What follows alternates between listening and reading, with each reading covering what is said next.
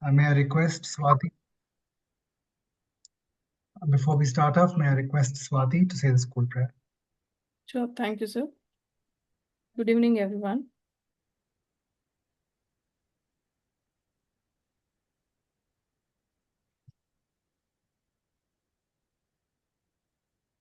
Yes, Swati, please start the prayer. Yes. O hidden life, vibrant in every atom. O hidden light, shining in every creature. O hidden love, embracing all in oneness. May each one who feels himself as one with thee know he is also one with every other. Thank you. Thank you, Swati. And now I can see some newer names here today. Just to introduce the School of Ancient Wisdom's prayer, you must have observed that it really identifies all of us as that little spot of light that is all interconnected. And as a spiritual group who are seeking personal and spiritual growth, we meet every Thursday on this particular satsang for our personal to share this space to support each and everybody to grow and become a better person, which is what Ma Manize, the founder of the School of Ancient Wisdom, has always sought to do. So today's satsang was supposed to be how to recognize the Guru by Guruji Sri Nandakishore. However, due to some technical difficulties, he's not, I think, within tower range. He's not able to be here in person himself. So Swati informs us that instead we have videos of his talks, very interesting videos of his talks on the same topic of how a guru should not be. Now that'll be rather interesting. That we're going to go week. Next week we'll have Guruji Sri Nandakishore ji with us in person. So probably it might be a good idea. I just do a quick brief run through of the introduction of Guruji, who's not with us today, which will give a background of, which will give his background as a context behind the videos that we're going to see.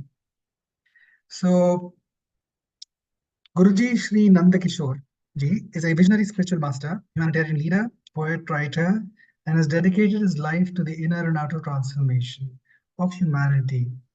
He's the founder of Sahaj Smriti Yoga and Pindodak Kriya, simple yet profound spiritual practices that guide seekers towards effortless self-realization.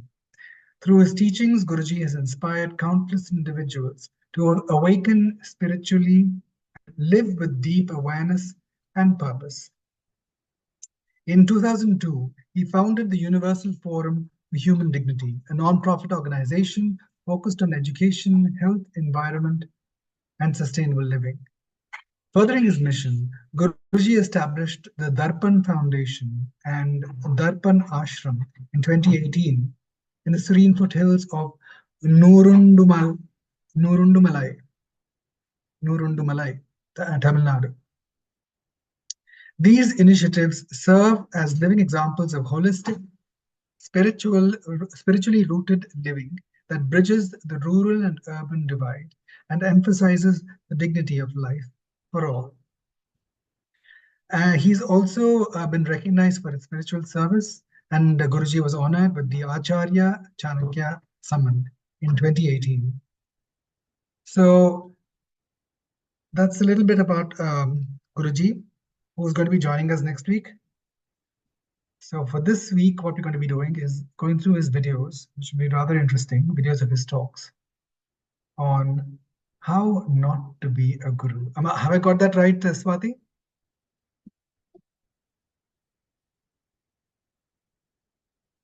Swati? Yes, sir. Have I got that right? It's about The topic of Sankirtan this month, day? and he has dropped a message that he will give the difference between how to recognize a guru and what should not be seen in a guru. So he will give the brief overview there. So he has shared me this video, which I'm playing right now. Right. That will be a very appropriate video to watch today on an auspicious Ekadashi.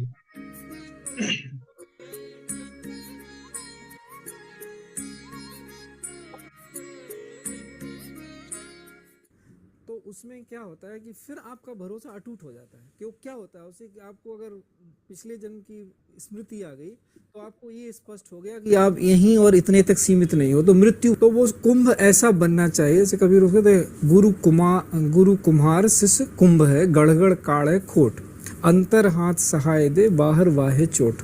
तो ये जो गुरु और शिष्य के बीच में जो घटना घटती है कि वो कच्चे घड़े को बनाता है तो पहले वो अंदर हाथ रखता है, पीछे से ऊपर से धीरे धीरे थपकी देता है कि ये टूट ना जाए। तो हमारा चलिए एक बार फिर मैं आप लोगों के समक्ष उपस्थित हो गया हूँ अपने, मैं तो इसे अभी फेवरेट प्रोग्राम कहूँगा। मैं तो काफ़ी बोल चुका हूँ, 700-800 वीडियो में मैं क्या क्या बोला मुझे भी नहीं मालूम। मेरा MK शो शुरू हुआ दी मुकेश खन्ना शो के बाद, उसमें भी मैं लोगों को बुलाता हूँ, लेकिन ये मेरा प्रोग्राम जो मैंने अभी शुरू रिसेंटली किया है, एक मकसद का प्रोग्राम है। ये एक आयाम है इसका जिसको आज के युग में उसकी बहुत आवश्यकता है। आज के युग को सनातन धर्म समझना अति आवश्यक है। इसलिए ये जो मैंने शुरू किया था ये सोचकर कि मुझे तो इतना ज्ञान नहीं है, पर मैं ज्ञानी लोगों को बुलाऊंगा अपने शो में जो हमें इस बात पर लाइट डालेंगे, प्रकाश डालेंगे कि सनातन धर्म होता क्या है, सनातन धर्म क्यों हमारा शाश्वत है, क्यों हम लोग उसको भूल रहे हैं और क्या उसके अंदर है। तो आप देख रहे पिछले कई प्रोग्राम से बड़े बड़े अच्छे लोग आए हैं, दिल से आए हैं और लोग मुझे कह रहे हैं सर आपने अच्छी शुरुआत की है। मुझे नहीं मालूम शुरुआत अच्छी है कि बुरी है, पर मुझे ये पता है कि ये आवश्यक एक शुरुआत है। आज के प्रोग्राम में मैं एक और शख्सियत को बुला रहा हूँ, एक और हस्ती, एक और अपनी फील्ड में उन्होंने अपना नाम बनाया है, जगह बनाई है, शिष्य हैं उनके, गुरु है, खुद गुरु शिष्यों को सिखाते हैं, सहज स्मृति योग के फाउंडर हैं। तो आपने तो देख लिया होगा नाम, नंद किशोर जी। मैं उनको बुलाना चाहूंगा और अगर आप चाहो तो अभी मिला देता हूँ, मेरे साथी बैठे हैं नंद किशोर जी।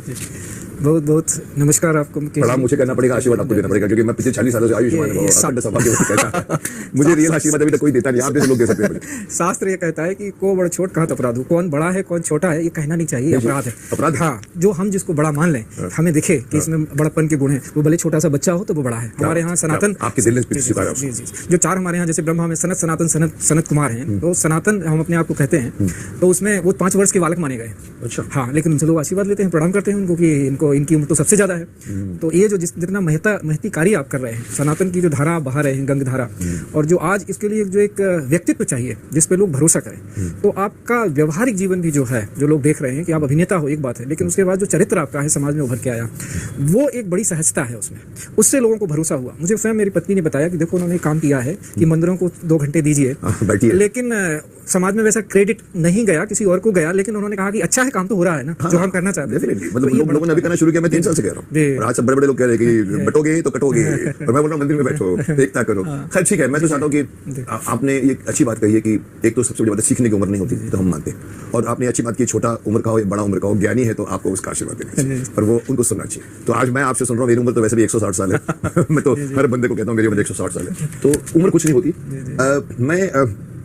नंद किशोर जी, मैं इस प्रोग्राम में आपसे शुरुआत करना चाहता हूँ। मैंने आपके CBI की तरफ से सवाल निकाले हैं आपके, पर मैं अपने हिसाब से जो भी पूछूं, जो आपको नहीं बोलना है आप हाथ ऊपर कर सकते हैं, नो बॉल बोल सकते हैं, और मुझे मालूम है आपके पास सब बातों के जवाब होंगे। तो पहले मैं इसको शुरू ऑफिशियल जाने के पहले मैं आपसे ये पूछना चाहूंगा, आपकी जिंदगी की शुरुआत कहाँ से हुई, कहाँ से आए हैं, आपका ओरिजिन क्या है और किस वक्त आप आध्यात्मिक की तरफ? सो आध्यात्मिक रूप से अगर इस प्रश्न का उत्तर दिया जाता है तो वो तो बहुत सरल है कि हम सनातन हैं, तो कहाँ से आए हैं, कहाँ जा रहे हैं का प्रश्न नहीं है। हम हैं, अभी और यही हैं, और अभी और यहीं सदा रहने वाले हैं, केवल रूप बदलते हैं, तो वो तो हम। लेकिन आप जो व्यवहारिक बात पूछ रहे हैं, शारीरिक रूप से, तो मेरा जन्म उत्तर प्रदेश में एक बहुत झांसी जिले के बहुत छोटे से गाँव दुरखरू में हुआ। झांसी के पास? जी, तो वहाँ पे ओरछा से भी करीब 100 किलोमीटर दूर है। मैं झांसी काफी बार गया। अच्छा, तो वहाँ से वो रूरल एरिया है झांसी का, वहाँ एक ब्राह्मण परिवार में हुआ। तो उसके बाद 2 से सवा 2 साल 2.5 साल की उम्र में मुझे एक अनुभव हुआ, मैंने सुना। जी, तो वहाँ से मेरी यात्रा शुरू हुई। वो प्रश्न मुझे उद्वेलित किया कि ये कैसे संभव है। जब मैं बड़ा हुआ उस समय तो मुझे पता नहीं था। तो होता है कि हमारे यहाँ रामचरितमानस का पाठ होता था, हम लोग ऋग्वैदिक ब्राह्मण हैं, तो बहुत पहले ऋग्वेद का पाठ होता था, फिर पुरखों ने वो छोड़ा, फिर वो आगे इस पे वाल्मीकि रामायण पे, उसके बाद वो छूटा। तो जब मेरा जन्म हुआ उस समय रामचरितमानस का पाठ होता था परिवार में। हाँ, तो उसमें ये था कि जो पढ़ने की उम्र के होते थे वो पाठ करते थे, पारायण करते थे, और जो सुनने की उम्र में होते थे वो सुनते थे। तो मैं 2-2.5 वर्ष का था तो चारपाई पे लेटा दिया गया, तो मैंने देखा कि वो मैं पढ़ सकता हूँ। आपने लेटे लेटे हाँ देख लिया आप फील क्या नहीं मुझे तो लग रहा था मैं पढ़ रहा हूँ ये वर्ड्स का जैसे Words में- जैसे राम लिखा है तो आप राम वही दिखाई जो कि दिया आपने सीखा जो सीखा नहीं था जो मैंने पढ़ा भी नहीं था उस उम्र में तो बोलना भी शुरू बोलना भी किया। तो आपको क्या अनुभूति हुई कि नहीं, ये मुझे सब तो चीजें ये- तो हाँ। जैसे अभी मैं सनातन मंच लिखा है जी। अगर एक आदमी पढ़ा लिखा ना हो हाँ। उसके लिए एक अलग अक्षर भैंस बराबर बिल्कुल। पर अगर आप बोलते हैं उस उम्र में 2.5 साल में आपने देखा और आपको लगा कि ये सनातन धर्म है लिखा है क्या? वैसे मैंने वो मुझे अंदर ही अंदर मैंने पढ़ा उसको जनी जनी जाने जिये ऊना तुम ते प्रेम राम ते दूना ये पढ़ गया? पढ़ लिया मैंने उसको वोकली या वो अंदर तो अंदर चल रहा है लेकिन मैं ये अंतर नहीं जानता था कि मैं आप वोकली बोल नहीं नहीं कर रहे रहा हूँ मेरे लिए तो मैं बोल ही रहा हूँ तो मेरे पिताजी ने उसको नोट किया तो उन्होंने उनकी आंख में आंसू आए उन्होंने कहा कि देखो ये बच्चा कुछ बोलने की कोशिश कर रहा है उन्होंने मुझे आशीर्वाद दिया और कहा बच्चा बोलने की कोशिश कर रहा है तो वो मेरा अहंकार से पहला अनुभव था ज्ञान से नहीं था तो मुझे बुरा लगा अच्छा। कि ये मेरा कंट्रीब्यूशन स्वीकार नहीं कर रहे हैं कि मैं तो इनसे अच्छे ढंग से पढ़ रहा हूँ और ये बोल नहीं रहे कह रहे हैं कितना कि ये पढ़ रहे हैं। कोशिश कर रहा है तो मैं रोते रोते उस दुख से सो गया सुबह के वो मेरा पहला वो अनुभव आपको था पहला बड़ा अनुभव जी, था कि जिससे शायद आपको अपना आत्म साक्षात्कार हुआ जी, जी। इन अ वे, अगर तो देखा वो- जाए, जो हम बड़े होकर करते जी। हैं आपको 2.5 साल की उम्र में ही वो- लगा था कि भाई आपके अंदर कुछ तो है बिना पर वो आपको उस वक्त नहीं मालूम पड़ा उस वक्त आपको आपका अहंकार आ गया कि मैं तो बोल रहा हूँ और कोई वाह वाह आधा नहीं कोई कर नहीं कर रहा तो आपका अहम उस वक्त आ गया 2.5 साल की उम्र में। और फादर को तो माननी पड़ेगा उनको जैसे हम पहले कहते हैं मैं भी देखता हूँ मैं सुनता भी रहता हूँ कि नींद छोटे बच्चे को देखो जो पैदा होता है तो लेटा रहता है तो कभी कभी स्माइल करता है करता है कभी उसकी आंखों में गुस्सा आता है कभी तो हम ये समझते हैं कि पिछला जन्म देख रहा है उस टाइम ऐसा होता है कि कुछ टाइम तक मेमोरी भगवान रखता है फिर इरेज कर देता है या डाल देता है पीछे ये बात सही है? हाँ ये उसके अंदर जो बच्चा नवजात शिशु है उसके अंदर स्मृतियां रहती हैं पुराने जीवन की जन्म से हाँ आए। जैसे ही वो इस संसार से आता है इसमें वैसे वैसे भूलने लगती है वो मैं भूलने की भी मैंने एक बार कई परिभाषा दी थी कि मैंने कहा भूलना बहुत जरूरी है हाँ। नहीं तो एक 8 कितने साल का बच्चा जाके किसी घर में बोलेगा कि मैं कि ये तुम्हारा औरत मेरी वाइफ तो कॉम्प्लिकेशन इसलिए भगवान ने सिंपलीफाई कर दिया है कि कुछ टाइम तक एंजॉय करो बिकॉज़ अभी ट्रांजिशन हुआ होगा शायद बस तो वो उतना ही रहता है बाद में वो मेमोरी में वैसे कहते हैं सोल में रहता है नहीं वो आप उसके रिसेप्टिव व्हीकल हो जाए जैसे किसी काल विशेष में आप स्मरण करना चाहते हैं तो उसकी अगर विधियां हैं। उतनी शक्ति अगर अंदर हो, उतने अपने साथ आप में जा कर सकते हैं। जा सकते हैं लेकिन वो इतना लंबा हो जाता है कि कोई जनरली एक जन्म तो देख लेते हैं जैसे ये दो चीजें मैं भी बोलता हूँ कि अगर किसी को आध्यात्मिक होना है अपने आप को जानना है तो अगर उसके साथ दो घटनाएं घट गई या तो उसको पूर्व जन्म की स्मृति आ जाए अथवा तो आउट ऑफ बॉडी एक्सपीरियंस हो जाए जो आउट ऑफ बॉडी हाँ निकलते तो मेरे साथ दोनों घटनाएं घट गई तो उसमें क्या होता है कि फिर आपका भरोसा अटूट हो जाता है क्यों क्या होता है उसे कि आपको अगर पिछले जन्म की स्मृति आ गई तो आपको ये स्पष्ट हो गया कि आप यहीं और इतने तक सीमित नहीं हो तो मृत्यु भय समाप्त आप छोटे से 2.5 साल के बच्चे नहीं हो आप आत्मा वो आत्मा का जो आगे जाके भूल भूल जाते रहा है, जो हमारी प्रॉब्लम हो रही है आजकल कि हम यहाँ से सहस्त्र से नीचे आ जाते जी, जी। हैं तो उस वक्त वो आदमी ऊपर है ऊपर है exactly। सोल के पास बिल्कुल वही है वो उसको कोई दोष नहीं आया तो अब वो स्पष्ट हो गया कि ये मृत्यु कोई बड़ी घटना नहीं है ये मेरी पुस्तक के फ्लैम में लिखा ही है कि मृत्यु तो होता फिर तो उसको मृत्यु को समझ में आएगा जैसे कपड़े बदलते हैं आत्मा बदलेगी शरीर वो ज्ञान मिल जाए तो आदमी मृत्यु से नहीं डरता जी मैं तो यहाँ तक आध्यात्मिक किताबों में पढ़ रहा हूँ कि आप जीते जी मर सकते हैं आप जो जब समाधि लगाते हो आप एक्चुअली आप जो समाधि में जब बैठ जाते हो और शांत कर देते हो अपने आप को तो वो एक्चुअली तो इस लाइक के आपके पूरे हार्ट सब बंद है आपको श्वास की भी जरूरत नहीं है वो स्टेज में आदमी जब पहुंचता है तो उसको फिर ज्ञान यहाँ से होता है और यहाँ से पीछे से जाके करेक्ट ये बात जी, सही ये है सही है। कि वो ब्रह्मांड से बिल्कुल सही। एक हो जाता है बिल्कुल सही है मैं तो बॉडी में निशान भी छूटा हुआ है उस चीज का बॉडी में निशान भी छूटा हुआ है यहाँ पे हाँ उसका हाँ निशान जी जी ये मॉड्यूलर ब्लैंकेट है जो हम छठा चक्र बोलते हैं जो बच्चों को मैंने शक्तिमान में सिखाया था जी। छठा चक्र आज्ञा चक्र है वो खिड़की है एक तरह से जहाँ से पहली बार आत्मा अंदर घुसती है सांस और यहीं से आप बाहर की एनर्जी ले सकते हैं जी तो ये विंडो है आप मुझे इसके बारे में थोड़ा और बताइए क्योंकि मैंने अभी रिसेंटली सब चीज़ें पढ़ी हैं और मैं मानने लगा हूँ कि हमारे पास लिमिटेड एनर्जी है और बाहर कॉस्मिक एनर्जी है हम उसको पकड़ सकते हैं ले सकते हैं तो उसमें ये होता है कि हम अपने आप को ऐसे जैसे हमें कुछ समझाना होता है तो उदाहरण देते हैं कि हम अपने आप को घट की तरह समझें घट मतलब घड़ा ऐसा अच्छा, समझें घड़ा। कुंभ कुम्हार की भी उसको चर्चा में गढ़ता कुंभ है हाँ तो वो कुंभ ऐसा बनना चाहिए जैसे कबीर उसको कहते हैं गुरु कुम्हार शिष्य कुंभ है गड़गड़ काढ़े खोट अंतर हाथ सहाय दे बाहर वाहे चोट तो ये जो गुरु और शिष्य के बीच में जो घटना घटती है कि वो कच्चे घड़े को बनाता है तो पहले वो अंदर हाथ रखता है पीछे से ऊपर से धीरे धीरे थपकी देता है कि ये टूट ना जाए तो हमारा घड़ा बना भी रहे शरीर बना भी रहे क्योंकि ज्यादा शक्ति डालने से उसमें अगर क्षमता ही नहीं है तो टूट क्षमता जाए नहीं है पात्र नहीं है तो टूट इसलिए गुरु होना आवश्यक है मैं आऊंगा गुरु की ये पॉइंट बहुत जरूरी है क्योंकि आपसे मैंने जो कुछ ज्ञान जो कुछ मैंने आपके बारे में पढ़ा है उसमें सबसे इम्पोर्टेंट जो मुझे एलिमेंट दिखा है कि आप गुरु शिष्य की परंपरा को बहुत मानते हैं और जो लोग नहीं मानते जो आज मिलते नहीं आजकल प्रॉब्लम क्या है गुरु मैं भी सालों से मैंने कराटे भी सीखा होगा मैंने इंग्लिश भी सीखा होगा सब गुरु बन के आए हैं बट किसी को गुरु मानने का अभी तक ये नहीं है कि दंडवत प्रणाम करके सो जाओ और बोलो कि मेरे को टिकट मिलेगी कि नहीं इलेक्शन की ऐसे लोग गुरु बनाते हैं या वो मैं उसके ऊपर डिटेल हम डिस्कस करेंगे पहले मैं चाहता हूँ कि थोड़ा सा फॉर्मल बात हो जाए कि ये तो आपने बता दिया कि आप ओरछा या झांसी से नजदीक गांव से आप आए हैं, जी। तो सीधा चले गए आप, मतलब नहीं, मैंने फिर पढ़ाई की कहाँ पर? वहीं पर? झांसी में पढ़ा मैं पहले, गवर्नमेंट इंटर कॉलेज में। झांसी में पढ़े? फिर दिल्ली विश्वविद्यालय में मैंने लॉ में एडमिशन लिया, कैंपस लॉ सेंटर में। लॉ किया आपने? हाँ, वहाँ नहीं, पूरा नहीं किया। अच्छा, मैंने तो, किया लॉ, हाँ, मैं बीएससी एलएलबी हूँ। ऐसे है नहीं बता। तो मुझे एक था कि अच्छा, लोगों ने बोला इसमें एडमिशन नहीं मिलेगा, बड़ा टफ है, तो मैंने कहा मैं लेके दिखाता हूँ। ले लिया, तो मैंने कहा अब हो गया, अब जरूरत नहीं, अब प्रूव कर दिया कि मैं ले हो सकता गया। हूँ, ऐसे मैंने सिविल क्योंकि आपकी राह अलग थी, आपको लॉयर नहीं बनना था। तो यही है, तो सिविल सर्विस का वो मैं मेंस का एग्जाम दे रहा था, मैं बीच में से छोड़ के मैं हिमालय चला गया। रियली? हाँ, छोड़ के चल देखते हैं क्या है। तो वहां से जो कुछ घटना घटी, फिर ये इसके ऊपर एक क्या बोलते हैं, पॉइंट घुस जाता है बीच बीच में। मैं पतली गलियों में बहुत घूमता हूँ, कई लोग कहते हैं कि हिमालय चला गया। हिमालय क्या है आपकी नजर? ये क्या है कि लोगों में एक बहुत बड़ा जो सनातनी परंपरा है, आध्यात्मिक लोगों में कुछ भी वो पढ़ेंगे तो हिमालय का जिक्र जरूर आता है कि हमारे ऋषियों ने हिमालय में तपस्या की, कालांतर में जो आए, आज भी लोग हिमालय की ओर जाते हैं। तो हिमालय से वहाँ पे, जैसे वहाँ कैलाश भी हिमालय से जुड़ा हुआ है, मानसरोवर जुड़ा हुआ है, तो पवित्रता का भाव जनमन में है, सबके भाव सब में श्रद्धा है उसके प्रति, जैसे कुंभ के प्रति श्रद्धा है। बहुत चीजें, जैसे कुंभ में मैं देख के आ रहा हूँ, सब कुछ के बावजूद, जी, सब कुछ के बावजूद अपार श्रद्धा है लोगों में। उस श्रद्धा को आप सब नतमस्तक हुए बिना रह ही नहीं सकते। आम आदमी अपने सर पे पोटली रखे हुए कि कहाँ सोएंगे, क्या करेंगे, उठा के, और उसमें लेकिन उसकी आंखों में जो श्रद्धा है साधु के वस्त्र देख के, वो अकल्पनीय है। मतलब साधु को ही लगेगा कि मैं ही इनके चरणों में गिर जाऊं, इतना। और इस बार हुआ भी यही है कि सारे लोगों ने, अखाड़ाधिपतियों ने दर्शन नहीं किए, स्नान नहीं किए, पहले श्रद्धालुओं को कराए। घटना ऐसी बनी। तो वो वैसे भी शास्त्र भी यही कहता है कि राम ते अधिक राम कर दासा, भगवान की दृष्टि में उनसे बड़ा उनका सेवक है, क्योंकि वो सब कर रहा है, नहीं तो कौन गाए? कर रहा है, हम तो बैठे हैं, वो गा रहा है, उनका यश गान कर रहा है, सब कुछ कर रहा है। तो ये जो बात है कि हिमालय में क्या है, तो हिमालय के प्रति श्रद्धा है लोगों की। श्रद्धा मैं समझता हूँ, पर मैं अगर प्रैक्टिकल क्वेश्चन पूछूं, हर आदमी, मैं जब भी मिला हूँ, बड़ी बड़ी किताबों में ये कहता है कि जरूरी नहीं है कि आपको हिमालय में जाके करना, आप घर बैठ के भी कर सकते हैं। ये बात, ये तरह संन्यास ईजी है।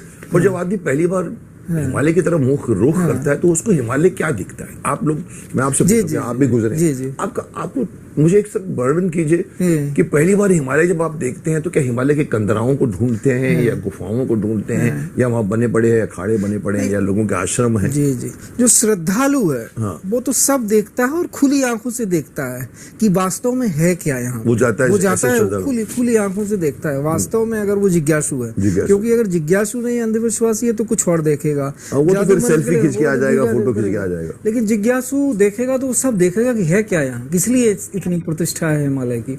वहाँ की हवा में, हवा में बात है, और वहाँ एक पवित्रता का वातावरण तो है, मतलब वाइब्रेशन है, वो तो है। लेकिन ऐसा नहीं है कि वो घरों में नहीं है, घरों में पैदा किया जा सकता है, घरों पोल्यूट कर दिया गया। मेरे मित्र ने ही मुझे कहा कि अब आप सन्यास दीक्षा लोगों को दोगे तो सबको सन्यासी बना के हिमालय भेज दोगे क्या इस यंग एज? मैंने कहा मैं उल्टा करूंगा, हिमालय से लोगों को घरों में बुलाऊंगा कि यहाँ काम बैठ के करो, एक घर के कोने में। जी जी, तब उन्होंने कहा कि तब आप ठीक कर रहे हो। तो अभी इस वक्त बात निकली है हिमालय की, तो सिर्फ एक क्वेश्चन और डालूंगा, इस वक्त हिमालय की हालत क्या है? मतलब जैसे अभी देखो, अब मेरा सवाल का मतलब ये है कि जैसे अब हम बद्रीनाथ अपना यहाँ जाते हैं, नहीं केदार बद्रीनाथ नहीं, नीचे जो ऋषिकेश में नदी है, नदी के उस तरफ आश्रम ही आश्रम है। हर की पौड़ी के उधर भी आश्रम, इधर भी आश्रम, 500 से ज्यादा तो आश्रम। अगर आप निकलो गंगोत्री से नीचे ऋषिकेश तक आओ तो आपको जगह जगह आश्रम मिलेंगे। तो हिमालय एक पहली बार आने वाले आदमी को, या मुझे सिर्फ एक फिजिकल डिस्क्रिप्शन दे सकते हैं कि क्या है? गुफाएं हैं, या आदमी है, या आश्रम है? तो आप इसको दो भागों में बांट ली। एक अंश तो है हिमालय का जो अभी भी सैक्रोसैंक्ट बचा हुआ है। अच्छा, एक तब तक बचा हुआ है, और हम मनुष्यों को प्रयत्न करना पड़ेगा जितना कर सकते हैं। प्रकृति अपने आप को संभालती है, बट इतना कि वो सैक्रोसैंक्ट बचा भी रहे, क्योंकि मतलब उसको टूरिस्ट सेंटर ना बनाए, जो बना दिया बद्रीनाथ केदारनाथ में मरते हैं लोग धक्का धुक्की। क्योंकि ये दोहरी वो मानसिक आवश्यकता है, लोग एक तो जाना चाहते हैं, लेकिन जैसे जाना चाहिए वैसे नहीं जा रहे हैं। अगर आप पिलग्रिमेज के लिए जा रहे हैं तो फिर उस तरह से यात्रा कीजिए। मैंने तो दृश्यता में कह दिया था कि ये तो श्रवण कुमार की का है जिसने अपने माता पिता को तीर्थ यात्रा की थी। तो आज एक जब वो मरे ना लोग, काफी लोग, मैंने कहा एक ऐसा रूल बनाइए कि सिर्फ श्रवण कुमार जा सकता हुआ। एक फैमिली का सिर्फ 50 साल की उम्र के हो गया हो, वो अपने माँ बाप को लेके जाना चाहता है, उसको वीजा दो। यहाँ तो हर आदमी 60,000 80,000 लेके जाता है, तो पता लगा वहां बच्चे भी है, family no allowed, no family. It is not Paris, it is not America. आप जाइए तो सिर्फ श्रवण कुमार जाएगा, साथ में एक बच्चा अपने माँ बाप को लेकर जाएगा। फिर देखो रियली वहां पर जाकर एक तो एटमॉस्फेयर भी बिगड़ेगा नहीं, और रियल मायने में माँ बाप का जो अधिकार है। आज तो सर माँ बाप छोड़िए, 8 साल का बच्चा 6 साल का बच्चा भी उठा के जाता है, मम्मी मेरी सेल्फी लो, शिव जी की मूर्ति है उधर कर। नहीं, ये जो प्रतिष्ठा आप कर रहे हैं इस तरह का स्थैर्य चाहिए। इसलिए तो जो सनातन मंच आपने बनाया है उसका मैं प्रशंसक हूँ, क्योंकि जिस स्थिरता से आप बात करते हैं ना कि उसके पीछे हो क्या रहा है, और बड़े सरलता से करते हैं। तो ये बात इतनी सी है जितनी आप कह रहे हैं, लेकिन इसको समझने में वर्षों लग जाते हैं, और उसके लिए बहुत धारण शक्ति चाहिए कि आप कह क्या रहे हो। मैं कह तो जाता हूँ, समझना है, समझो न समझो, बट तो वो जो है कि पहले से अगर आपके अंदर पवित्रता का भाव है तो किसी को कहने की आवश्यकता नहीं पड़ेगी, लोग वैसे ही जाएंगे। लेकिन अगर आपके अंदर आप में वो जिज्ञासा नहीं है, you have made it a tourist place, तो फिर वो बात नहीं है, फिर और है, फिर आपको वहां कुछ नहीं मिलने वाला। इस पर कंट्रोल कौन करेगा? सरकार? इस पे ऐसे ही संवाद, निरंतर बढ़ते हुए संवाद, ताकि जन मन के अंदर ये भाव आए कि हम ऐसा नहीं करेंगे। जो आत्म कंट्रोल, जो सेल्फ कंट्रोल है, मतलब वो कश्मीरवादी नहीं है, वो अलग चीज है। आत्मानुशासन की नहीं है हमारी पवित्र, खुद को सेल्फ कंट्रोल खुद, मतलब मैं तभी कहता हूँ बहुत डिफिकल्ट है। कौन करेगा? मैं कई बार बोलता हूँ, मैं तो ना एमपी हूँ ना एमएलए हूँ, मैं बोल जाता हूँ, पर करना सरकार पे है, करना साधुओं को है। मैं बोलता हूँ ऐसा, साधु आगे आइए, बोलिए, मंदिर में बैठो। तो मैं अभी ये पूछूंगी, करना सिर्फ सरकार कर सकती है, रूल बना दे, हम नहीं देंगे किसी को। बिकॉज अभी एक आदमी का 60-60 हजार रुपए चार्ज कर रहे हैं, मैंने पढ़ा उसमें। उसके बदले में वो राजस्व भूल जाइए आप, कम जाएंगे आदमी, फिर वो सेंटर में रहेगा। सरकार बहुत कुछ कर सकती है, सब कुछ नहीं कर सकती, तो सबको ही कर सकता है। वो सब कर सकते हैं, सरकार सब कुछ नहीं, कुछ और बहुत कुछ कर सकती है। तो उनको बारंबार याद दिलाना कि जनमन इस तरफ जा रहा है, आप इस तरह की नीतियां बनाइए। उसमें अगर वो कोताही करते हैं तो फिर जागृत लोगों को बोलना चाहिए। ये ऋषि मैं चाहता हूँ, जागृत लोग किधर हैं? हमारे यहाँ जागृत लोग का मतलब सिर्फ एक होता है सिविल, क्या होता है, सिविल वॉर, वहीं पर जागृत होती है। आंदोलन कर दिया, चाहे हजारे आ गए आंदोलन लेके, हमारे यहाँ आंदोलन करना पड़ता है। आंदोलन के बगैर कुछ नहीं होता है। नहीं, होना चाहिए कि नहीं होना चाहिए मुझे ये भी नहीं मालूम, क्योंकि सरकार खुद क्यों नहीं खड़ी हो जाती। तो उसमें ऐसा होता है कि जब तक जन जागृति नहीं है, सबके मन में नहीं है, तो कुछ लोग अगर आंदोलन के लिए आए भी तो उनकी अगर सीमित महत्वाकांक्षा है तो वो आंदोलन भी समाप्त हो जाएगा। जैसे अभी आपने देखा ही, कितने सारे ऐसे उदाहरण मिल जाएंगे आपको कि आए तो थे एक अच्छा आंदोलन करने के लिए, लेकिन चिपक गए सत्ता से, चिपक गए। अब इतने साल में सत्ता बदली, फिर समझ में आया कि नहीं, अगर आंदोलन से जुड़े रहते तो ये देर तक चलता। जो अच्छा काम छोड़कर आप घुस गए, आप बैठी गंगा में घुस गए, और वो तो वही होगा। चलो, बहुत बढ़िया बात। इसमें भी एक सवाल आपसे पूछूंगा कि दर्पण फाउंडेशन क्या है आपका? जी, और आप उसके फाउंडर हैं, और सहज स्मृति योग क्या है? ये दोनों अलग क्यों है? जी, तो सहज स्मृति योग अपने आध्यात्मिक पराकाष्ठा जो है कि एक मनुष्य के रूप में हम आध्यात्मिकता की जिस परम ऊंचाई तक पहुंच सकते हैं, वो वहां तक पहुंचने का मार्ग है। सहज स्मृति योग वो मार्ग है, ये वो दृष्टि है, ये जिससे वहां तक पहुंचा जाता है, जिसको आप साधारण शब्दों में मोक्ष कह लीजिए कि जीव आइए हम आपको बताते हैं। ये वो बात है, हम आपको रास्ता बताएंगे। हाँ, तो हम ये कहते हैं, हमने स्पष्ट बोला है कि मोक्ष जीते जी प्राप्त होता है, मृत्यु के बाद नहीं। हाँ, मृत्यु के बाद तो फिर आप सूक्ष्म लोक में चले जाओगे, फिर जन्म लोगे। तो मोक्ष प्राप्त करने का माध्यम है सहज स्मृति योग, आज की दिनचर्या के अनुसार, आज के युवाओं के लिए, और ये सारे विश्व के लिए है। एक किसी संघ, मजहब, रिलीजन और उसकी बात नहीं है, पंथ की, ये सबके लिए है, सबके लिए, जो मनुष्य मात्र के लिए है। तो वो है सहज स्मृति योग, कि वो जीवन दृष्टि आपको प्राप्त हो जिससे आप मोक्ष को प्राप्त हो जाएं बहुत कम समय में। मोक्ष को प्राप्त होंगे तो लोक कल्याण अपने आप करेंगे। आपके जो आपके द्वारा जो कार्य होंगे वो लोक कल्याण के कार्य होंगे ऑटोमेटिकली। हाँ, तो वो दर्पण आश्रम उसके लिए है और दर्पण फाउंडेशन उसके समाज लिए में है। क्या करना चाहिए? आपने दर्पण फाउंडेशन। हाँ, तो उसमें हम शिक्षा, जैसे प्राथमिक शिक्षा है, उस पे काम करते हैं। जो कार्य कौशल की बात आती है उस पे काम करते हैं कि गांव में लोगों को कैसे कौशल विकास हो उनका, उस पे काम करते हैं। स्किल वगैरह का हाँ, स्किल्स वगैरह का, स्किल डेवलपमेंट जिसको सरकार ने नाम दिया सरकार ने है। नाम जी दिया जी। Skill development. तो उसमें फिर प्राकृतिक खेती, तो हमें कहते हैं कि हमने बहुत सरल शब्दों में कहूँ तो हमने कहा कि 4 तरह के भोजन चाहिए हर एक को। उनके शरीर के लिए शुद्ध आहार, मन के लिए शुद्ध आहार, चरित्र के लिए शुद्ध आहार जिसको सेल्फ कहते हैं अंग्रेजी में, स्वा, और आत्मा के लिए शुद्ध आहार। तो ये 4 तरह के चार एंटिटी हैं हमारे अंदर 4 एंटिटी हैं। हमारे यहाँ अध्यात्म में हमेशा चीजें 4 हैं ध्यान से देखने पे।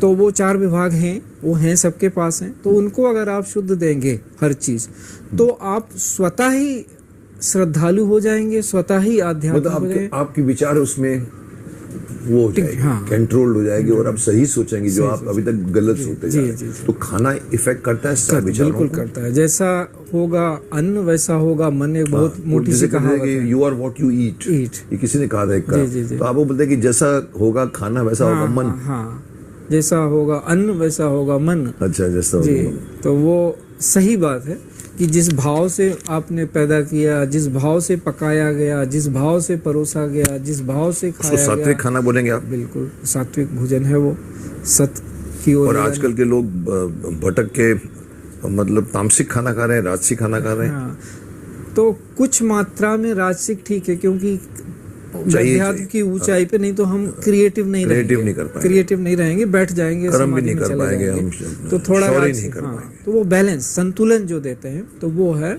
सहज स्मृति योग। और उससे जो काम किए जा रहे हैं, जो लोग ट्रांसफॉर्म हुए हैं, जैसे लोग बैठे हैं, तो उसमें वो लोग जो क्रियाकलाप कर रहे हैं समाज में, वो दर्पण फाउंडेशन है। और जब उनको साधना करनी होती है तो दर्पण आश्रम है कि वहाँ पे आए, वो अपनी साधना करें और मॉड्यूल को आगे बढ़ाएं। ये है। तो वहाँ आप ये बेंगलोर में है।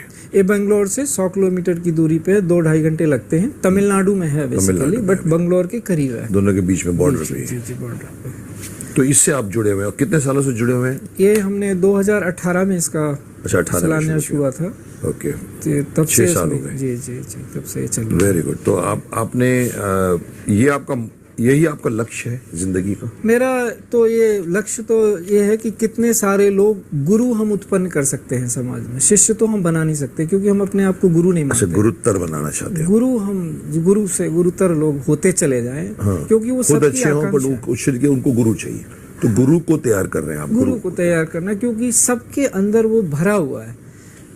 छोटे से छोटा भी गुरु कहलाता है और बड़े से बड़ा भी गुरु। गुरुत्व एक शब्द है जिसका मतलब फैलाव, फैलते जाना, इतना ज्यादा बड़ा हो जाना। हर चीज उसी से आ रही है।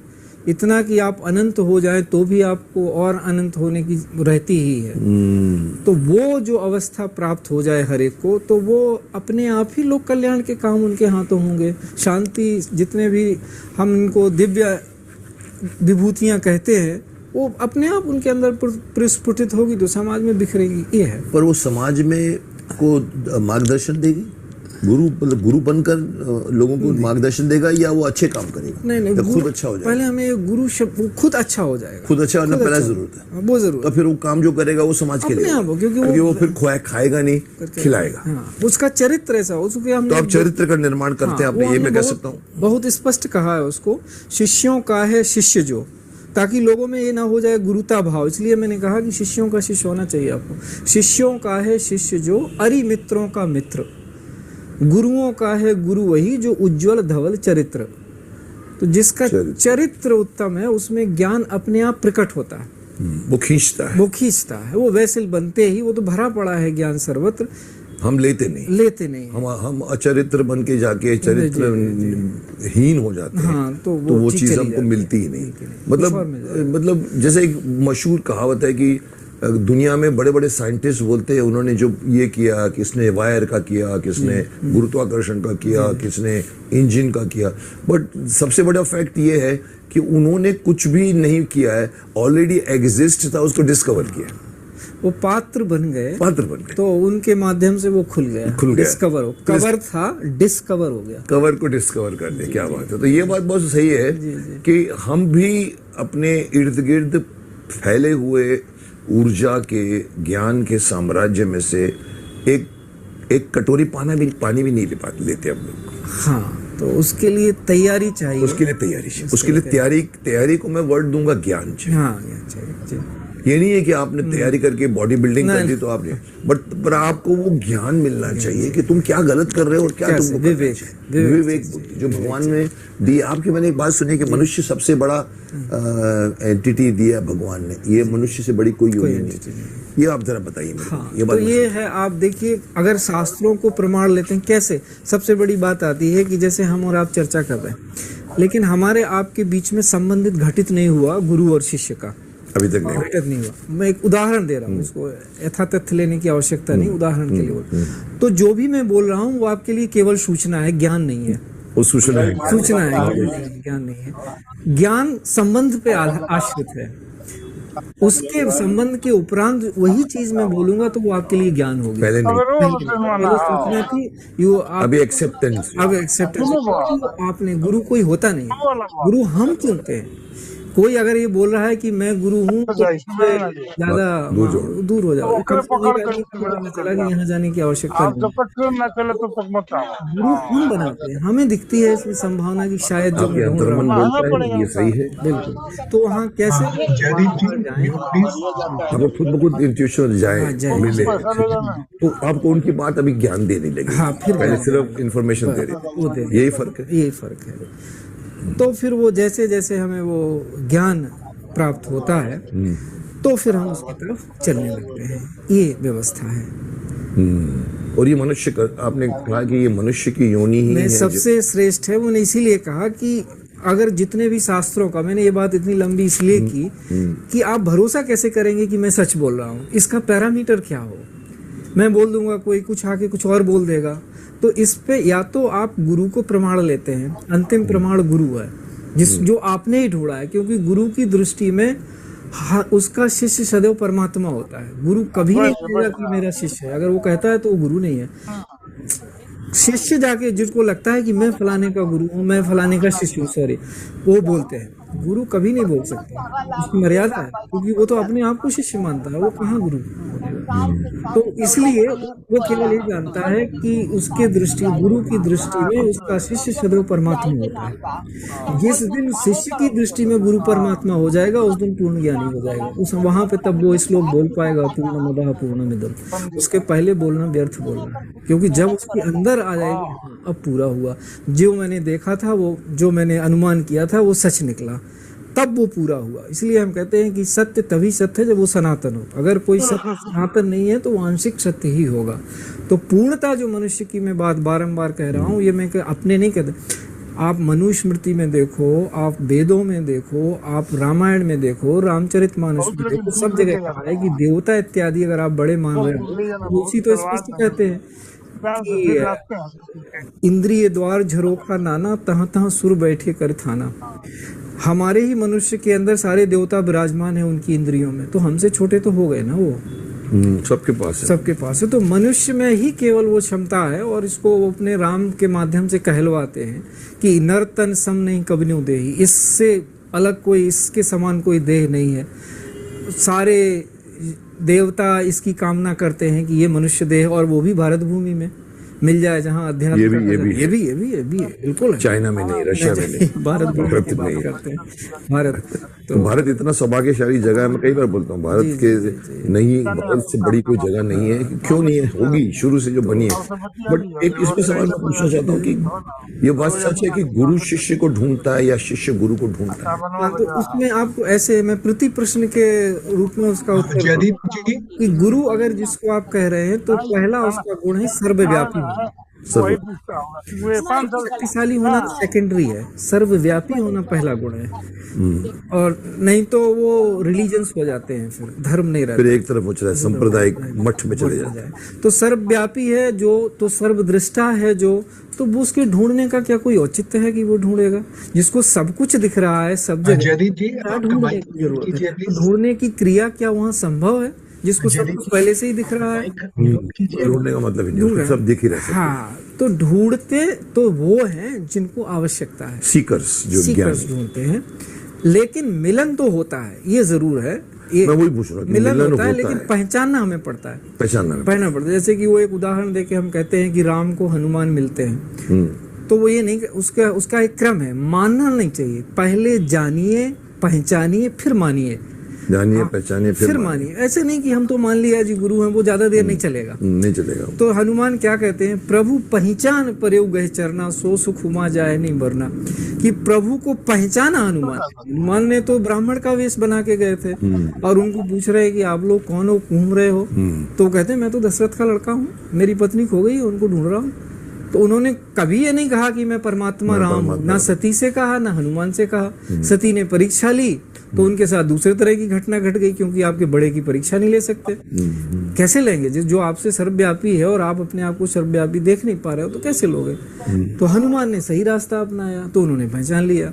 तो ऐसे ही मिलते तो हैं कि भाई सीकर है तो उसके दरवाजे पे गुरु दस्तक देगा, और उल्टा भी कह सकते हैं कि कोई सीकर है तो जो सीकर है वो भी दरवाजे पे दस्तक दे, लेकिन पहचानने की जो चीज है वो प्रक्रिया लंबी है, वो लंबी भी है, और हमेशा उसका ऑनस सीकर पे है, गुरु पे नहीं है, क्योंकि गुरु के लिए तो सारे ही गुरु के सब है। परमात्मा आप है। आओगे, जैसे अभी दयानंद सरस्वती के बारे में कहा गया था कि गुरुओं को ढूंढ ढूंढ ढूंढ के 35 साल 25 साल की उम्र में, और उनको किसी को फिर गुरु ने पखंड लिया या मंदिर पखंड लिया, ये वो करते करते करते करते फिर वो अंधे जो योगी, अंधे गुरु उनको मिले।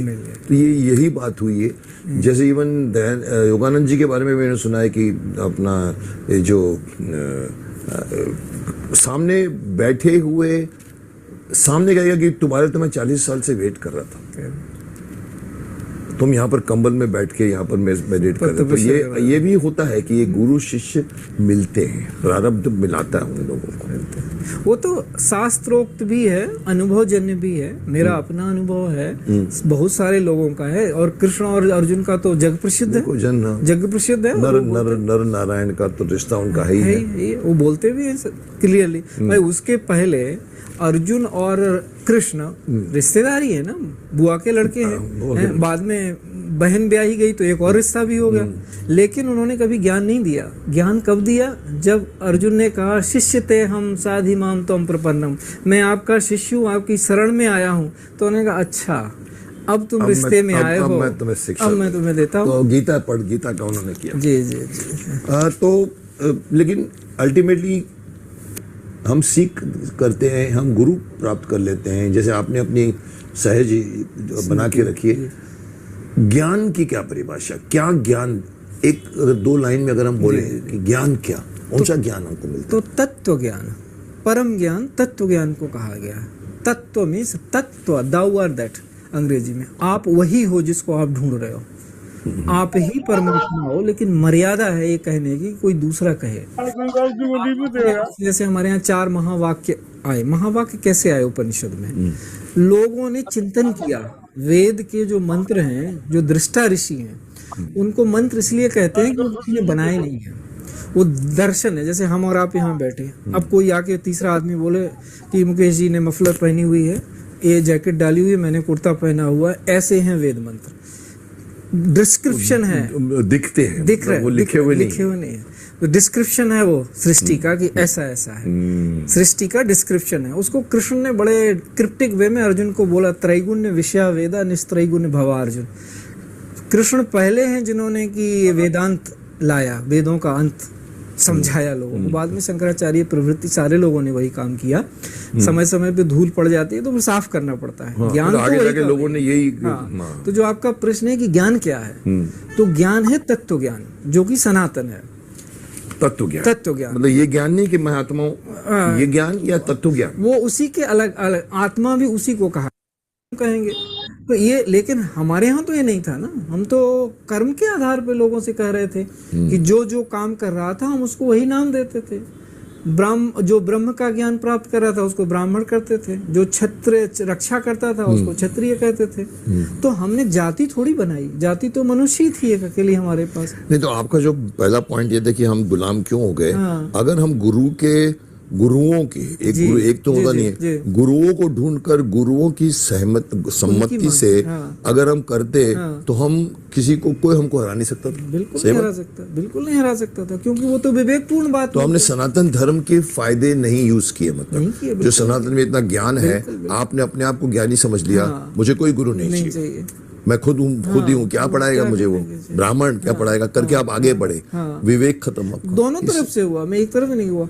ऐसे भी लोग आए जो गुरु के पद तक के योग्यता नहीं थी उनमें, और वो अपने को और गुरु उन्होंने लोगों ने उन्हें स्वीकार कर लिया, या उन्होंने मतलब अपने गलत आप को गुरु घोषित भी कर आ दिया। गए। ये तो है, ये तो होता ये है। हो गया। तो चरित्र का हनन दोनों तरफ से हुआ, ये नहीं कह सकते आप। इसीलिए देखो, इसीलिए आज के जो टाइम पे जो मैं बोल रहा हूँ बार बार कि क्यों नहीं हमको क्यों हर एक इंसान इच्छा नहीं करता कि मुझे गुरु चाहिए।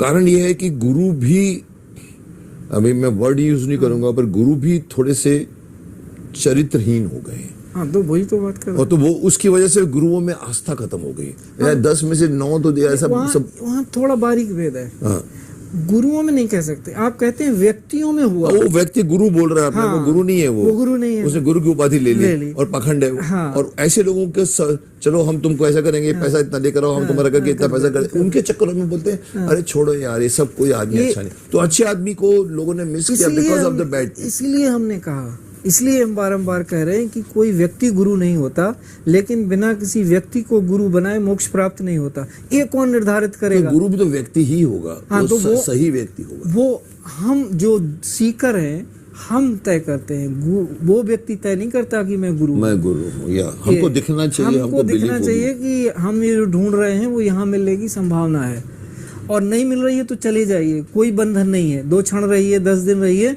नमस्कार बोल के आगे बढ़ जाइए, ये व्यवस्था है। अभी सनातन धर्म में तंत्र मंत्र यंत्र का क्या स्थान है, किस प्रकार कार्य करते हैं? क्या तंत्र मंत्र इतने प्रबल होते हैं कि किसी की जान तक ले सकते हैं? अभी तो हमारे यहाँ मंत्र भी, तांत्रिक भी हैं, मंत्र भी हैं। ये जो आध्यात्मिक व्यक्ति है, शुद्ध आध्यात्म, उस पर ये कुछ असर नहीं करते। हाँ, ये मैंने कहा है कि उनके ऊपर अटैक नहीं कर सकते। अगर आप जो शुद्ध आध्यात्मिक व्यक्ति हैं उन पे ना तो कोई ग्रह नक्षत्र काम करते हैं, ना कोई यंत्र मंत्र तंत्र काम करते हैं, लेकिन जो नीचे की अवस्थाओं में है, क्योंकि उनमें कुछ ग्रॉसनेस है जिसको, तो ये सारी चीजें जो है उस पे ही काम उन करती पे हैं। काम करोगे कि निर्बल है वो, उस अगर पे वो निर्भर है, निर्बल उसको मॉड्यूलेट किया जा सकता है।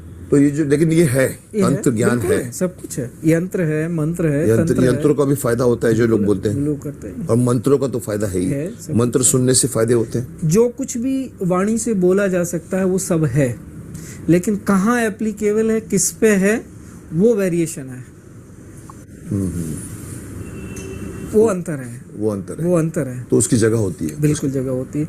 जैसा आपका जिस स्तर का ज्ञान होगा उसी स्तर से आपको उसका लाभ भी होगा, उसी स्तर से जैसा निम्न होगा उसी स्तर से तो उसके मतलब मेन पॉइंट है कि आप पहले वो स्थान तो प्राप्त करें, प्राप्त करिए, बस वही है। मोक्ष तो प्राप्त करिए, इसके बाद मतलब देखिए मोक्ष बोलो या आप हाँ, अपनी जो भी। पात्रता को इतनी पात्रता बढ़ाओ को कि आपको वो मंत्र लगेगा। जी जी, जैसे कहते हैं कि अमृत भी अगर आदमी पी जाए हाँ, नहीं पचा पाएगा, जाएगा। अमृत पीने क्योंकि के भी हमारे पात्र यहाँ बनना चाहिए। तत्वतः अमृत आत्मा को ही कहा गया, ये भी कुंभ हुआ है, वो क्या है वो? आत्मा को हाँ, क्यों हमें क्या अमृतस्य पुत्रः वयम्, तो वो इस मृत होने वाली देह में अमृतत्व की अनुभूति पा लेना, ये मोक्ष है। अमृत की अनुभूति पा लेना, अनुभूति पा लेना ही हाँ, मोक्ष है। मोक्ष है। भले आपने अमृत पिया न पिया हो, हाँ, लेकिन आपको वही उसकी अमृत अनुभूति है। हो गई। बाकी देह को तो कितना लंबा आप ज्योतिष शास्त्र में मानते हैं नहीं, कि ये जो कुंडली से भाग्य का फैसला देखा जाता है या जन्म, इसकी बड़ी विचित्र कहानी है। जो यथार्थ कहानी वही कि वेदों में 6 अंग होते हैं, उसमें से एक अंग ज्योतिष है। ज्योतिष मतलब जो भी पिंड चमक रहे हैं, ज्योति है जिनमें, उनको ज्योतिष कहा गया। तो हमारे यहाँ लोग खगोलज्ञ थे, ऋषि देखते थे कौन पिंड कैसे एक्ट कर रहा है, क्या गति है ग्रहों की। तो हम सब जो है प्रभावित तो होते हैं, शरीर जो हमारे होने से प्रभावित तो होते हैं, प्रभावित होते हैं। लेकिन अगर आप आध्यात्मिक हैं, आप शरीर से परे हैं, जानते हैं अपने आप को, तो आप पे कोई असर नहीं होता उनका। शरीर पे तो होगा लेकिन आप पे नहीं होगा। जो आप चैतन्य है, परम चैतन्य है, जो आप नहीं, वो तो आपने कहा कि आप पे होगा या नहीं होगा, पर मेरा सवाल ये है कि क्या ये ज्योतिष शास्त्र है जिसमें आगे के भविष्य बताया जाता है, किसी को कुंडली पढ़कर तू ऐसा बनेगा, ये बनेगा, ये सब है? से लाभान्वित होने का मौका मिलेगा, विश्व हमारे प्रति कृतज्ञ रहेगा, और जो कृतज्ञता में जो आनंद है वो तो है। जय हो। जय हो। हमारी परंपरा यहाँ की है कि हम अतिथि को खाली हाथ नहीं भेजते। एक छोटी सी भेंट है, ये मग है जो आप आराम से इसमें पानी भी पीजिए या चाय पीजिए या कॉफी या दूध पीजिए। बहुत बहुत और शक्तिमान की तरफ से एक पेड़ हर एक लगाओ, एक पेड़, चलिए इसकी आवश्यकता है। आश्रम में आपका पौधा भी लगा आरोपित हुआ दीजिए। है। कभी मैं आकर आके, हाँ, आपको कभी आके मैं आके पानी देखूंगा देना। कितना बड़ा हुआ है। चलिए, तो यहाँ पर हम विश्राम लेते हैं। देखा आपने, इन्होंने बहुत बड़ी बड़ी बातें सनातन धर्म की अपने शब्दों में देखिए, मैं अगेन कहूँगा, सनातन धर्म इतना विशाल है कि उसकी विशालता को बयान करने में बड़े बड़े से लेके छोटे छोटे लोग भी आएंगे। सबकी अपनी अपनी अनुभूति, सबसे अपनी अपनी परिभाषा, सबकी अपनी अपनी अंडरस्टैंडिंग होगी। इन्होंने अपनी अंडरस्टैंडिंग से जो सहज जो इन्होंने स्टार्ट किया है, वो योग का जो और इनका जो फाउंडेशन है, ये इनकी अपना काम है। इनकी तरफ से जो मुझे सनातन धर्म का ज्ञान मिला, आपको भी मिला होगा। ये ज्ञान से आप देखिए कि सनातन धर्म हमारे लिए कितना आवश्यक है। पाश्चात्य परंपराओं को अपनाना मत जाइए उसके पीछे, क्योंकि घूम के अल्टीमेटली आप वापस हमारे हिंदुस्तान में ही आओगे, भारत में ही आओगे। ये अलग बात है कि ट्रंप ने उठा के सब कुछ फेंक दिया है, वो अलग बात है, वो तो अवैधता है। लेकिन साहब, अल्टीमेटली भारत ही ऐसी जगह है जहां पर आपको शांति मिल सकती है। तो चलो यहीं खत्म करते हैं। अगली बार मैं किसको बुलाऊंगा, कौन आएगा, मुझे भी नहीं मालूम। प्रयास है मेरा कि अच्छे अच्छे लोग आए, सशक्त लोग आए, मेरी भी शक्ति बनाए। मैं शक्तिमान हूं, इसका मतलब ये नहीं।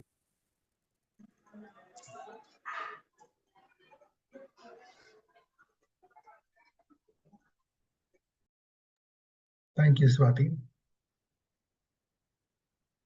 Am I audible?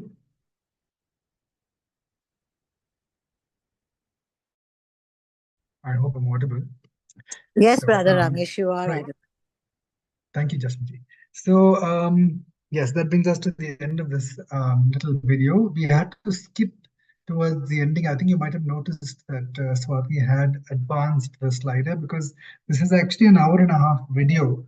So the initial intention was to try and squeeze it by increasing the playback speed, but I think it was a bit fast, so we slowed it down.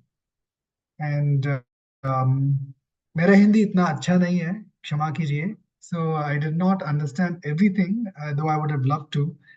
So if anybody can, summarize it in their own understanding, that would be very useful. So would anyone like to volunteer to do that?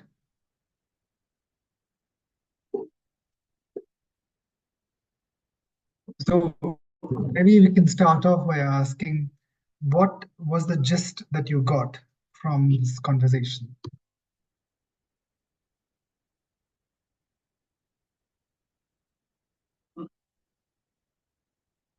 Would anyone like to say something about it? Jasmine ji?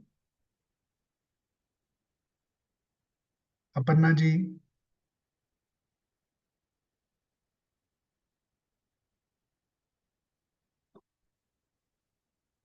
Well, we're going to be having the Guru in person with us, Guruji in person with us next week. The reason he wasn't able to join in today was, I believe, he did not have tower coverage, and therefore he could not, come online, which is why he suggested the next best option, which is what we saw today. Today is a day for personal reflection and spiritual growth as well. Now, about the topic of Guru, in a personal seek, I must share something about my own life as well. I seemingly accidentally stumbled upon personal spiritual growth because of some challenge that I had in life. And that is how normally it starts off for most people. Very few people just get into spiritual seeking in due course. It normally happens because of some challenge, because happiness is something that we normally enjoy. It doesn't really make us grow for most people. So at one point in time, I was looking for something. I was a very good student, and then I had a challenge when I had to come back to India from Africa. My second language was a challenge, and I stopped being a class topper. That caused me a lot of stress. So I wanted to strengthen my mind. That is a man who I didn't know anything about and never met before in my life. He just looked at me in a very curious manner, and he said, the best book for you would be the autobiography of a yogi by Paramahansa Yogananda. And that was way back in 92.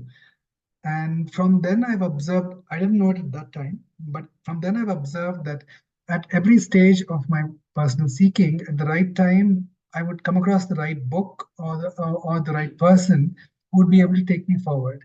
And also I've observed that the more effort I put in for genuine personal growth, the faster these cycles of meeting such people would happen. And I've had the privilege of being a part of some wonderful seekers. And how can you recognize whether a person is your guru or not? Because in the beginning, it's quite easy to get enamored by people who present themselves very well, who may not spiritually be very strong. And how do you judge a person whether a person is spiritually more advanced or not? Well, that part is very difficult. They say that some symptoms of a more spiritually advanced person are gentleness and harmlessness.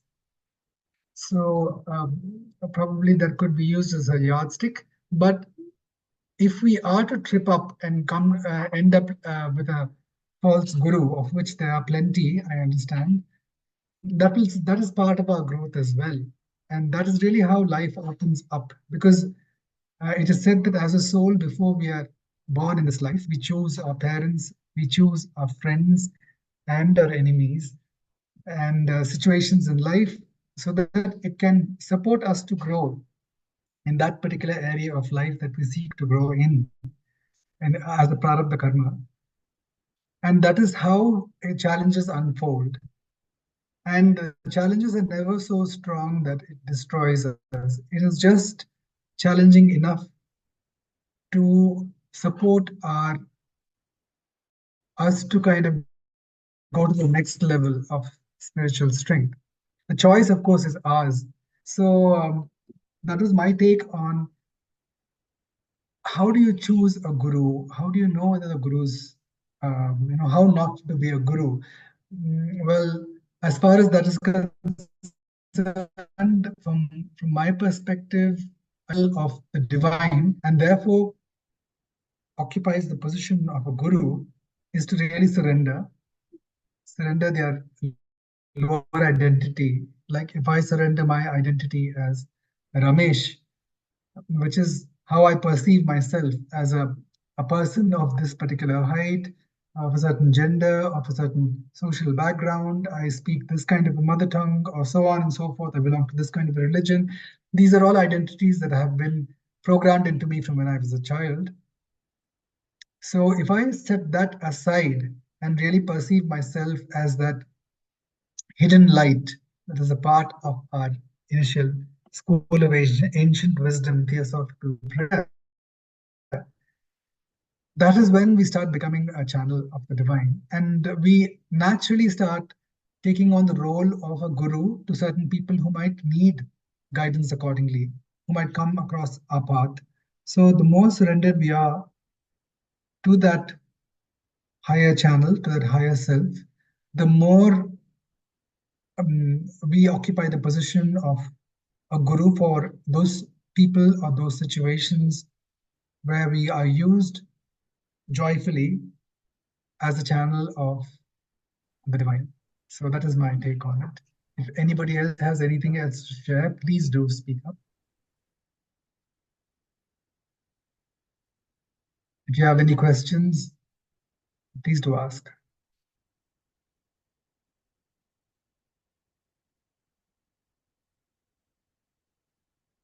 Okay.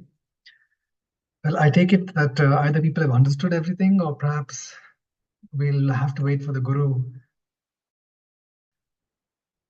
Guruji to come in next week in person and clear our doubts. So this brings us to the end of our satsang today. We now come to the Loka Samasta section. So please remember your loved ones, those in your communities who need prayers for recovery in their health, in their finances, in their relationships. These are the three main areas that most people have karmic lessons in. Also, please do say a prayer for different places in the world and also in our own country where people have experienced strife due to the current disturbances happening in the world around. Let peace and wisdom and love prevail. Please sit straight with your back, neck, and head aligned. Take a nice deep breath.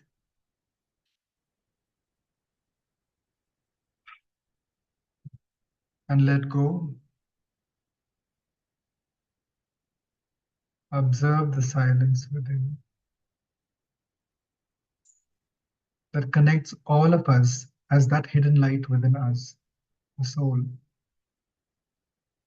as we do the Loka Samasta. Loka Samasta Sukhino Bhavantu. Loka Samasta Sukhino Bhavantu. Loka Samasta Sukhino Bhavantu. Om Shanti Shanti Shanti. Om Tat Sat Brahmarpanamastu.